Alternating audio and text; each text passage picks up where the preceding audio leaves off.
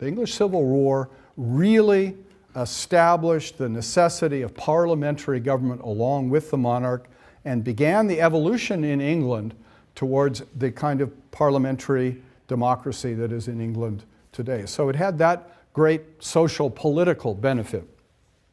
But it also had very important ecclesiastical benefit, and that came from the decision of the Parliament to establish an assembly of theologians and ministers to decide how to reform the church. And this is known to history as the Westminster Assembly. The Westminster Assembly, interestingly enough, was not really a church assembly. The Synod of Dort, for example, that defeated Arminianism in the early 17th century, was a church synod. The Westminster Assembly was really a parliamentary committee. It was a political committee in that sense, but it was composed of ministers who were given the responsibility of figuring out how to improve and reform the church in England.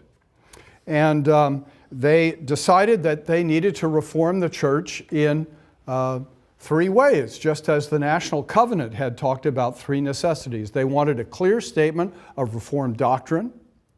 They wanted a clear direction on Reformed worship. And they wanted a clear Reformed government for the life of the church.